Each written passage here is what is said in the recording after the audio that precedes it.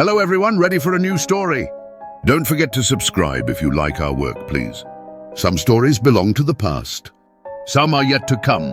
Some exist in worlds we can only imagine. Here, every story, from history to fantasy, from reality to the unknown, finds its voice. Welcome to Echoes Beyond Time. There is a queen in the history of Middle-earth whose story Tolkien never finished, and perhaps never wanted to. She does not appear in The Lord of the Rings as a character. She has no dialogue, no dramatic scene, no battle.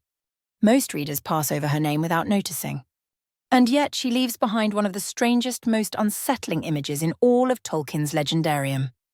A lonely woman in a dark tower there, surrounded by silent cats who watch the city at night. Her name was Queen Berúthiel. She lived in Gondor during the early Third Age, long before the War of the Ring. Tolkien tells us only a few concrete facts about her, but every one of them feels like a fragment of a much larger, darker story. She was the wife of King Taranon Falastor, the 12th King of Gondor. Taranon was a great seafarer, a ruler who expanded Gondor's power along the coasts. His name means Lord of the Shores, and his reign was defined by ships, harbours, and the sea. Berúthiel was his opposite. She hated the sea. She hated the city. And she hated the people of Gondor. This is not poetic exaggeration. Tolkien explicitly tells us she had no love for anyone, and that she was solitary, joyless, and filled with bitterness. No festivals pleased her. No music softened her. She withdrew from court life and took up residence alone in the king's house in Osgiliath, living in shadow while her husband ruled. But she was not alone. She had her cats. 9 black cats and 1 white cat. And these were no ordinary pets. The cats wandered the streets of Osgiliath freely. They slipped through alleys, courtyards, markets, and noble houses. They were seen on rooftops at night, their eyes shining in the dark. Servants whispered that the cats went everywhere and saw everything. And every night they returned to Berúthiel. Tolkien tells us she spoke to them, and they answered her. Not with words anyone else could hear, not with human voices, but in some secret exchange of will and knowledge. It was said the cats brought her information, secrets, private conversations, hidden fears. Things she should not have known. Soon the court realized something was wrong. Berúthiel always seemed aware of what others did in private. She knew who was plotting, who was afraid, who was unhappy. She did not use this knowledge to rule, to govern, or to protect the realm.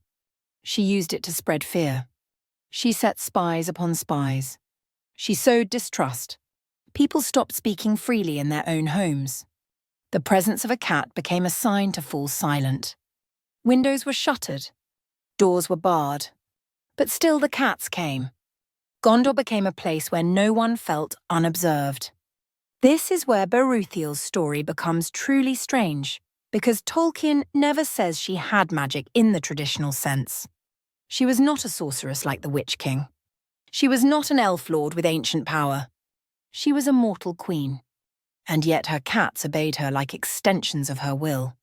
Some readers believe Berúthiel may have had knowledge of darker arts, perhaps learned in secret traditions descending from Númenor. Gondor was, after all, founded by the faithful who escaped the downfall of Númenor. But not all Númenorian lore was pure. Some knowledge was shadowed, twisted, half-remembered. It is possible Berúthiel possessed fragments of that forbidden heritage. Others think something else entirely. That the cats were not controlled, but allied. That Berúthiel did not command them, she cooperated with them. Because in Tolkien's world, animals are not always just animals. There are spirits, lesser beings, and strange intelligences that take forms close to nature. The great eagles serve Manwë. Huan the Hound was no ordinary beast. Even wolves could be inhabited by fell spirits. What then were Berúthiel's cats? Why 9 black and 1 white? The number 9 echoes uncomfortably in Middle-earth. 9 rings for mortal men. 9 Nazgûl. 9 servants of the shadow. Tolkien never draws a direct connection, but the symbolism is difficult to ignore.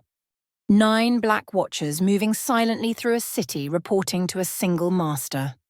And the white cat? Some speculate it was different. A leader, a mediator, or perhaps something else entirely, something Berúthiel trusted more than the others. Eventually, the situation became unbearable. King Taranon, who had spent his life mastering the sea, could not master his own household. Gondor grew fearful of its queen. Whispers spread that she had brought a curse into the royal house. Trust in the throne weakened. At last, Taranon acted. Berúthiel was exiled. Not imprisoned. Not executed. Exiled. She was placed on a ship and sent away alone into the sea she hated, with no crew to guide her and no destination given. A punishment both political and symbolic, cast out from the land she had poisoned with suspicion. And her cats? They were thrown into the sea.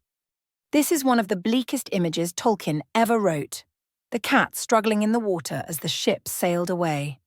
An attempt to sever the unseen web Berúthiel had woven across Gondor.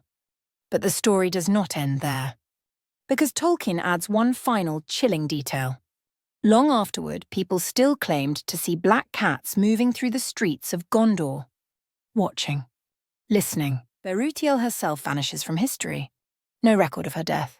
No record of her arrival anywhere. She simply disappears beyond the horizon, into the vastness of the world Tolkien rarely maps. Some believe she died alone at sea. Others believe she reached distant shores in Harad or Umbar, lands already touched by shadow, and continued her quiet, secretive life there. But the most unsettling idea is this. Berúthiel was never meant to be fully explained. She represents a different kind of evil in Tolkien's world. Not conquest. Not open war. Not dark lords and burning eyes. Surveillance. Isolation. The corrosion of trust. She does not destroy cities with fire. She empties them from the inside until people fear their own walls, their own whispers, their own thoughts. In a legendarium full of epic battles and cosmic struggles, Queen Berúthiel stands as something smaller and more familiar. A ruler who uses knowledge without wisdom, power without love, control without purpose. And Tolkien leaves her there, half in shadow, as if to remind us that not all threats wear armor, and not all darkness comes with drums and banners. Some darkness walks softly on padded feet, with bright eyes in the night. And sometimes, even after the queen is gone, the cats remain. Thank you for watching. Every story leaves an echo, and this one has reached its end. If you enjoyed the journey, give it a like. It truly helps us grow. Tell us in the comments what story you'd like to hear next, from the past, the future, or a world beyond. And don't forget to subscribe, so you never miss the next echo on Echoes Beyond Time.